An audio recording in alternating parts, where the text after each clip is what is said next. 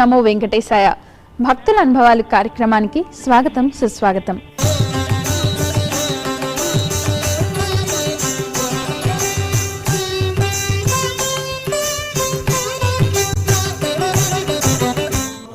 ఏడుకొండలవాడ వెంకటరమణ గోవింద గోవింద.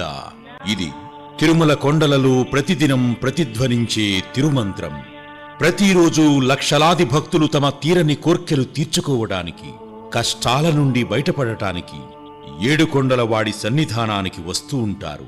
అలా వచ్చిన వారందరికీ అభయమిచ్చి ఆదరించే ఆ కరుణామూర్తితో తమకున్న అనుబంధాన్ని, ఏడుకొండల స్వామిని దర్శించిన తరువాత తమకు కలిగిన అనుభవాలను, అనుభూతులను అందరితో పంచుకోవడానికి మీ ముందుకు వస్తున్నారు కొందరు భక్తులు. వారి అనుభవాలను నలుగురితో పంచుకోవడం, స్వామివారిపై వారికున్న భక్తిని మీ ముందుంచడమే ఈ కార్యక్రమ ముఖ్య ఉద్దేశం.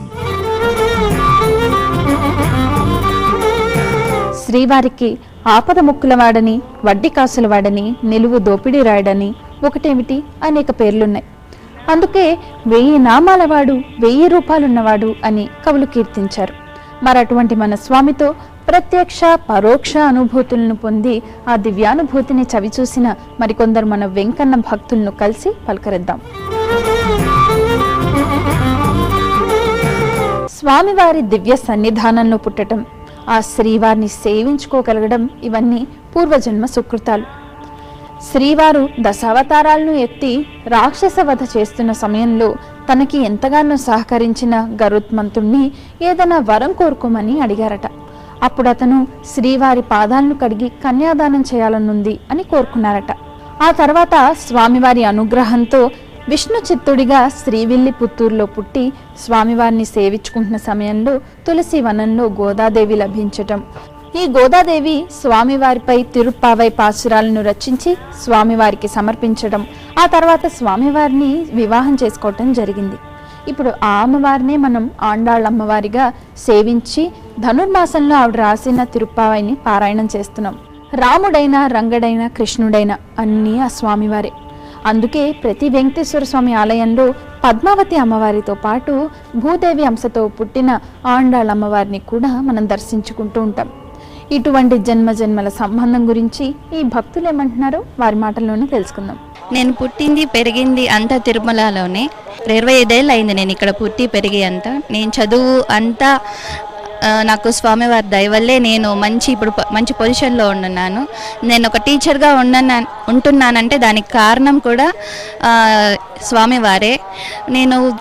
నాకు దొరికిన ప్రతి నెలకు ఒకసారైనా లేకపోతే 2 నెలలకు ఒకసారైనా సరే స్వామివారిని దర్శించుకోవడానికి ప్రతిసారి వస్తూ ఉంటాను. నాకు స్వామికి చాలా మంచి అనుబంధం ఉంది. నేను ఏ పనైనా కార్యమైనా మొదలు పెట్టాలంటే ముందు ఆయన దయతోనే ఆయన్ని తలుచుకుంటూ నేను ఏ కార్యక్రమాన్నైనా ప్రారంభిస్తాను. నాకు ఈ తిరుమలకి విడిది లేని అనుబంధం ఉండదు. సో నాకు పెళ్ళి అయింది, ఒక పాప ఉంది. స్వామివారిని దండం పెట్టుకొని ఏదైనా తనకి చేస్తూ ఉంటాను. నాకు ఇంత మంచి అనుబంధం కలిగిన నాకు ఈ వెంకటేశ్వర స్వామితో నేను ఇంకా వచ్చే జన్మంటూ కాదు, ఎన్ని జన్మలైనా కూడా ఇక్కడే పుట్టాలని కోరుకుంటున్నాను. ఆళ్వార్ మహాశయులు, కురువరత్తినంబి, కుమ్మరి భీముడు ఇలా ఎందరో స్వామివారి అనుగ్రహంతో పుట్టారు. ఆ స్వామివారి సేవలో తరించారు. తిరుమలలో పుట్టడం మహద్భాగ్యం. శ్రీ తరిగొండ వేంగమాంబ తిరుమలకి వచ్చిన కొత్తల్లో ఆమె వితంతు కావడం వల్ల చాలామంది చాలా రకాలుగా అవమానిస్తూ ఉండేవారు. అయినా తల్లి ఎప్పుడూ బాధపడలేదు, తిరుమలని వదిలి వెళ్ళలేదు. తిరుమలలోనే బావిని తవ్వించి తులసి వనాన్ని ఏర్పాటు చేసి రోజు స్వామివారికి తులసిమాలలు సమర్పిస్తూ ఉండేది. మొదట్లో తన మాలల్ని తిరస్కరించి అవమానించినా కూడా స్వయంగా స్వామివారే ఆమె మాలలను వేసుకోవడంతో అర్చకులు దిగిరాక తప్పలేదు. ఇలా ఎన్ని అవమానాలు పాలైనా కూడా వెంగమాంబ స్వామివారి పాదాలను విడవలేదు. ఇలాంటి భక్తులు ఎవరైనా ఈ కాలంలో ఉన్నారా అంటే మరి మీరే చూడండి. నేను కడప నుంచి వచ్చాను. ఏంటంటే నేను స్వామివారి కాడ రాకముందు ఏంటంటే నేను అనుకున్న పనులు ఏంటంటే జరగలేదు. ఇదేంటంటే మా ఊర్లో నన్ను అవమానం చేస్తూ ఉండారు. చేసిన తర్వాత ఏంటంటే స్వామివారి కాడికి వచ్చిన తర్వాత నేను అనుకున్న పని ఏంటంటే మహానుభావుడు తీర్చేశాడు. అందుకోసం ఏంటంటే నేను ప్రతి సంవత్సరం స్వామివారి కాడికి వచ్చేసి దర్శనం చేసుకొని నిరంతరం ఏంటంటే ఆయన్ని ఆరాధించుకుంటా పోతూ ఉంటాను. ఇప్పుడు కూడా నేను అనుకున్న సమస్యలు నేను కోరికంగానే తీర్చేస్తాడు. అయితే నా మనసుకు నచ్చింది. ఇప్పుడు కూడా ఏంటంటే స్వామివారు రియల్గా ఉండి మనం మనస్ఫూర్తిగా తలుచుకుంటే ఏ కోరికనైనా మహానుభావుడు తీర్చేస్తాడు. అందుకోసం ఏంటంటే ప్రతి క్షణం ఏంటంటే నేను తిరుమలకు వచ్చినా రాకపోయినా కూడా ప్రతి ఉదయం లేయంగానే స్వామివారికి దండం పెట్టుకుంటా, స్వామివారిని ఆరాధించుకుంటా ఉంటాను. దూషణ భూషణ తిరస్కారాలన్నిటినీ స్వామివారు చిరునవ్వుతో స్వీకరిస్తారు. ఎవడబ్బా సొమ్మని కులుకుచూ తిరిగావు అని రామదాసుల వారు రచించిన, తురుకు రవుతూ రవుతూ అని వెంగమాంబ వారు రచించినా కూడా అనుగ్రహించారే గాని ఆగ్రహించలేదు. భక్తి కొలది వాడే పరమాత్ముడు, భుక్తి ముక్తి తానే ఇచ్చు భువి పరమాత్ముడు. భక్తి కొలది వాడే పరమాత్ముడు, భుక్తి ముక్తి తానే ఇచ్చు భువి పరమాత్ముడు.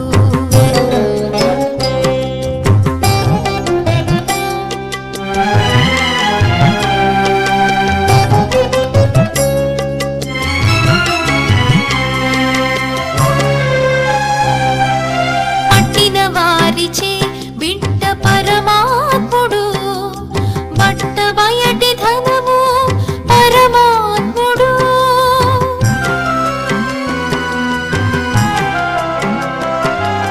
పట్టిన వారిచే బిడ్డ పరమాత్ముడు, బట్ట బయటి ధనము పరమాత్ముడు. పట్ట పగటి వెలుగు పరమాత్ముడు, పట్ట పగటి వెలుగు పరమాత్ముడు. ఎట్టనెదుటనే ఉన్నాడిది పరమాత్ముడు. భక్తి కొలది వాడే పరమాత్ముడు, భుక్తి ముక్తి తానే ఇచ్చు భువి పరమాత్ముడు. ఓడ్ర గజపతులపైకి యుద్ధానికి వెళ్లే ముందు రాయలవారు ఓడ్రంపై విజయం సాధిస్తే 11 సార్లు స్వామివారిని దర్శించి సేవిస్తానని మొక్కుకున్నారట. విజయనగర సైన్యానికన్నా 4 రెట్లు అధికంగా ఉండే గజపతుల సైన్యాన్ని నెత్తురు నేలరాలకుండా ఓడించడమే కాకుండా ఓడ్రం రాజకుమారి తుర్కాదేవిని వివాహం చేసుకున్నారట. ఆ తర్వాత రాయలవారు అనేక సార్లు స్వామివారిని దర్శించుకుని వెలలేని ఆభరణాలను స్వామివారికి సమర్పించుకున్నారు. మరి అటువంటి భక్తులు ఎవరైనా ఇప్పుడున్నారా అంటే మీరే చూడండి. ನಾಗರಾಜ್ ಅಂತೇಳಿ ಕರ್ನಾಟಕ ಸೌರಭ ಸಂಪಾದಕ ಪ್ರಕಾಶಕ. ನಾನು ಸುಮಾರು ನನ್ನ ತಂದೆ ನನ್ನ ತಾತನ ಕಾಲದಿಂದಲೂ 100ರಿಂದ 150 ಸಾರಿ ನಾನು ದೇವರ ದರ್ಶನ ಮಾಡಿದ್ದೇನೆ. ಅವರು ಮಹಾವಿಷ್ಣುವಿನ ಅವತಾರ, ಕಲಿಯುಗದ ವರದ, ಬಂದ ಭಕ್ತರ ಕಷ್ಟಗಳನ್ನು ನಿವಾರಣೆ ಮಾಡುವಂತಹ ಶಕ್ತಿ ಶ್ರೀ ಲಕ್ಷ್ಮೀ ವೆಂಕಟೇಶ್ವರ ಸ್ವಾಮಿಯವರಲ್ಲಿದೆ. ಅವರ ದರ್ಶನದಿಂದ ಎಷ್ಟೋ ಜನರ ಕಷ್ಟಗಳು ನಿವಾರಣೆಯಾಗಿದೆ. ಆ ಸ್ವಾಮಿ ದರ್ಶನದಿಂದ ನಾವು ನಮ್ಮ ಕುಟುಂಬ ಎಲ್ಲ ಭಾಳ ಚೆನ್ನಾಗಿದ್ದೀವಿ ಅಂತೇಳಿ ನಾನು ಈ ಮೂಲಕ ತಿಳಿಸ್ತೀನಿ. ಭಕ್ತರೆಲ್ಲರಿಗೂ ಆ ಭಗವಂತ ಕಲಿಯುಗ ವರದ ಎಲ್ಲರಿಗೂ ಒಳ್ಳೆಯದನ್ನು ಮಾಡುತ್ತಾನೆ ಅಂತೇಳಿ. ఎవరి దగ్గర లేనిది స్వామివారి దగ్గర ఉండడం విశేషం.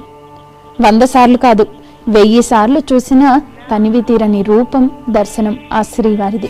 కలియుగం ఎటులైన కలదుగా నీ కరుణ జలజాక్ష హరి హరి సర్వేశ్వరా.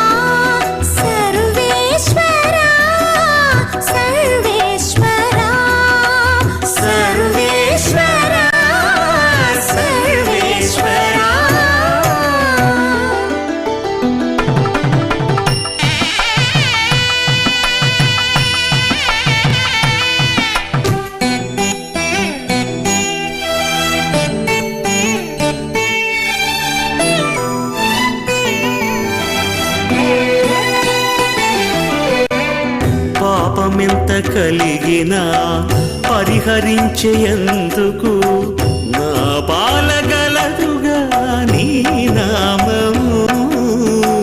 పాపమెంత కలిగినా పరిహరించేందుకు నా పాలగలదుగా నీ నామము. కోపమెంత కలిగినా కొచ్చి శాంతమిచ్చుటకు చేపట్టి కలవుగా నా చిత్తములో నీవు. కోపమెంత కలిగినా కొచ్చి శాంతమిచ్చుటకు చేపట్టి కలవుగా నా చిత్తములో నీవు. కలియుగమెటులైన కలదుగా నీ కరుణ జలజాక్ష హరి హరి సర్వేశ్వరా. సర్వేశ్వరా సర్వేశ్వరా సర్వేశ్వరా సర్వేశ్వరా. తమిళనాడులోని ఆర్కాటు జిల్లాలో గోవిందప్ప అనే కట్టెలు కొట్టుకునే వ్యక్తి ఉండేవాడు. అతను రోజు గోవిందనామాల్ని జపించుకుంటూ అడవిలో వెళ్ళి కట్టెలు కొట్టి స్వామివారి ప్రసాదాల వంటకం కోసం గుడిలో ఈ కట్టెల్ని సమర్పిస్తూ ఉండేవాడు. అందుకు చిల్లిగవ్వ తీసుకునేవాడు కాదు. ఒకసారి ప్రమాదవశాత్తు చెట్టు మీద నుంచి కింద పడిపోయి నడుంకి బాగా దెబ్బ తగిలింది. కానీ చాలా పేదవాడు, అందులో వైద్య సదుపాయం లేదు. గోవిందప్పకు తనకు తగిలిందన్న బాధ కంటే స్వామివారికి సేవ చేసుకోలేకపోతున్న బాధ ఎక్కువగా పీడించింది. ఇలా 4 రోజులు గడిచింది. గోవిందప్ప మంచం నుంచి లేవలేకపోయాడు. ఈ విషయం అర్చకులకు తెలీదు. ఎందుకంటే రోజు సాయంకాలం గోవిందప్ప వెళ్ళి కట్టెళ్ళు సమర్పిస్తూనే ఉన్నాడు. వారం రోజుల తర్వాత ఈ విషయాన్ని అర్చకులకు చెప్పి స్వామివారిని మన్నించమని వేడుకుందామని గోవిందప్ప ఆలయానికి బయలుదేరాడు. అక్కడికి వెళ్ళిన గోవిందప్పకు మతిపోయింది. ఎందుకంటే ప్రతిరోజు సాయంత్రం గోవిందప్ప రూపంలో స్వామివారే వచ్చి కట్టెలు సమర్పించారని, అందుకు నిదర్శనంగా శ్రీవారి అభయహస్తం కంది ఉండడం చూసి గోవిందప్ప ఆశ్చర్యానికి లోనయ్యాడు. ఇది ఆనాటి కథ. మరి ఈనాటి కథ ఏమిటో ఈ భక్తురాలి మాటలో విందామా? प्रीति रजू पवार, मैं हुबली से आई हूँ। हम पहले आते थे, इलाज भी अच्छा नहीं था हमारे घर में, बहुत तकलीफ थी हमारे। हम जब भी से यहाँ आ रहे तब भी से हमको बहुत अच्छा लगा। हम यहाँ 5 साल से रहे, अभी 5 साल है हम आने का यहाँ। हम जब भी आ रहे तब भी से हमारा अच्छा हुआ है। ऐसा लगता है कि हम इतने इसमें जाते हैं, इतना रश होता है वहाँ, उतनी गद्दल रहती है, तकलीफ रहती है। मेरा फर्स्ट आई थी, मेरा ऑपरेशन हुआ था। ऑपरेशन हो के मेरे कमर का 6 महीना हुआ था। तभी मैं ऐसा पेन भी मैं यहाँ आई थी, लेकिन मेरे को एक बार भी वैसा लगा कि मेरे को पेन हुआ, ऐसा नहीं लगा। ऐसे हुआ कि मेरे को गोविंद मेरे सामने खड़े हैं और बोल रहे कि मेरे को आओ, तुमको तुम्हारा पेन सब जाता और तुम्हारे घर में संतोष खुशी सब आते। ऐसा लगा। हम 5 साल से यहाँ आ रहे, हमको ऐसा नहीं लगा कि हम इतने दूर से आते हैं, लेकिन ऐसा लगता है कि हम यहाँ से आ रहे हैं, 5-6 किलोमीटर से आ रहे हैं, ऐसा लगता है हमको। हम 4 मेंबर से, मेरा पति, मेरी बेटी, मेरा बेटा, हम चारों भी हर साल आते हैं यहाँ। हमको बहुत अच्छा लगता है यहाँ आने से। తన అనుకున్న వారిని, తన భక్తులను ఎలా కాపాడుకోవాలో, ఆదరించాలో ఆ స్వామివారికి బాగా తెలుసు. అందుకే ఆయన కలియుగ దైవం అయ్యారు. జగన్మోహనకార చతురుడవు పురుషోత్తముడవు వెగటు నా సోదంబు ఇది నీ వేలితో నా వెలితో జగన్మోహనకార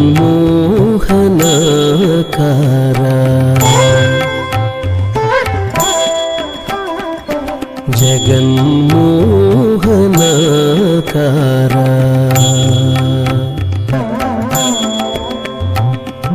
ఎన్ని మారులు సేవించిన కన్నులు తనియవు విన్న నీ కథామృతమున వీనులు తనియవు ఎన్ని మారులు సేవించిన కన్నులు తనియవు విన్న నీ కథామృతమున వేణులు తనియవు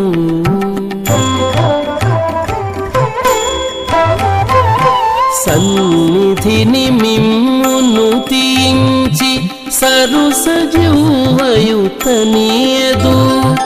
సన్నిధిని మిమ్మును తీయించి సరుస జిహ్వయుతనియదు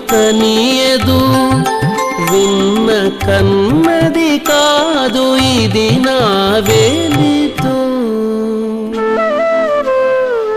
విన్న కన్నది కాదు ఇది నా వేలితో నీ వెలితో జగన్మోహనాకార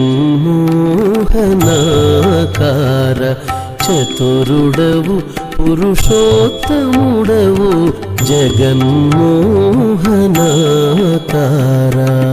తరిగొండ వేంగమాంబ తిరుమలలో ఉంటున్న సమయంలో అర్చకులకు ఆమెపై చాలా చిన్న చూపు ఉండేది. ఒకసారి బ్రహ్మోత్సవాలలో రథం వెంగమాంబ ఇంటి ముందు ఆపకూడదని అర్చకులు భావించారట. కానీ అనుకోకుండా వెంగమాంబ ఇంటి ముందు రథం ఆగిపోయింది. ఎంతమంది పట్టుకులు లాగినా లాభం లేకపోయింది. శ్రీవారు ఒక అర్చకుణ్ణి ఆవహించి వెంగమాంబ వచ్చి కొబ్బరికాయ కొట్టి రథంపై చేయి వేస్తే గాని కదలదని చెప్పారట. అప్పుడు అర్చకులందరూ వెళ్లి వెంగమాంబని ఆశ్రయించగా ఆవిడ కొబ్బరికాయ కొట్టి రథంపై చెయ్యి వేయగానే రథం కదిలింది. ఇది ఆనాటి కథ. మరి ఈనాటి కథ ఏంటో చూద్దామా? నా పేరు ఉమా. చెన్నై నుంచి వస్తుంటాం మేము. దేవుడు దయ్యాలా బాగుంటుంటాం. పని జరగాలనింది, పని జరిగింది, మా ఇంటిని దొరికింది. ఇల్లు కట్టాలనుకున్నాము, ఇల్లు కట్టాము. దేవుడి దయ్యాల ఏది జరిగినా మా పిల్లకాయల గురించి కూడా చదువు గురించి కూడా సరే ఏదైనా దేవుడు తలుచుకుంటే మాకు అన్నీ జరుగుతుంటాయి. ఏదైనా సరే మాకు అన్ని దేవుడే. ఎవరి మనోరథాన్నైనా శ్రీవారు నెరవేరుస్తారు అనడానికి ఎన్నో వేల తార్కాణాలు నిదర్శనాలు ఉన్నాయి. ఏ పురాణముల ఎంత వేదకినా శ్రీపతి దాసులు చెడరెన్నడును. ఏ పురాణముల ఎంత వేదకినా శ్రీపతి దాసులు చెడరెన్నడును.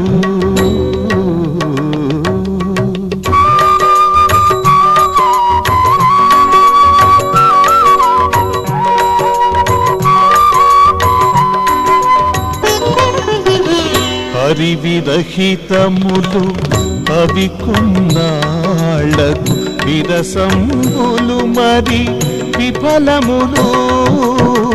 హరివిరహితములు అవి కొన్నాళ్లకు విరసంబులు మరి విఫలములు.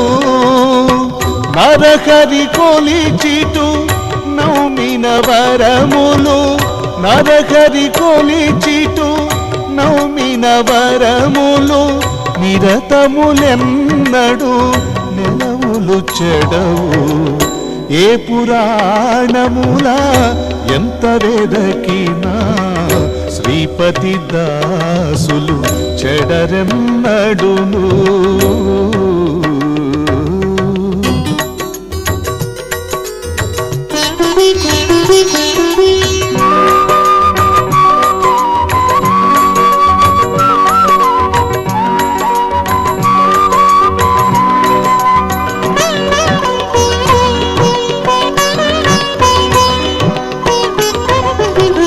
కమలాక్షుని మతి కానని చదువులు కుమతంబులు బహు ఉపతములు. ఇవండి ఈ వారం భక్తుల ప్రత్యక్ష అనుభవాలు.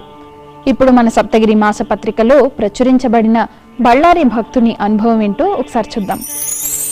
నేను నా భార్య నా కూతురు కలిసి తిరుపతికి 1990 సంవత్సరం జూన్ 27వ తేదీన ప్రయాణమయ్యాం. ఆ దేవదేవునికి ముడుపులు చెల్లించడానికి సేవలు చేయడానికి బయలుదేరాం. ఇంటికి తాళం వేసి 3-4 రోజులు వెళ్లే పరిస్థితులు కావవి. అప్పుడు మా ఇలవేల్పు అయిన శ్రీ వెంకటేశ్వర స్వామిని తలంచి, దేవా మా ఇంటికి నీవే రక్ష అని స్వామిని కాపలా ఉండమని ధ్యానించి ఇంటికి తాళాలు వేసి తిరుపతికి బయలుదేరాం. తిరుపతికి చేరాక కొత్త సత్రంలో దిగి స్నానం చేసి శ్రీ గోవిందరాజస్వామి దర్శనం చేసుకున్నాం. మధ్యాహ్నం తిరుమలకి చేరుకున్నాం. తక్షణమే విజయ బ్యాంక్ కౌంటర్కు వెళ్లి శుక్రవారం నాడు చేసే సేవల గురించి అడిగాం. అతను సుప్రభాతం, తోమాల సేవ, అర్చన ఉన్నాయని చెప్పాడు. కళ్యాణోత్సవం లేదన్నాడు.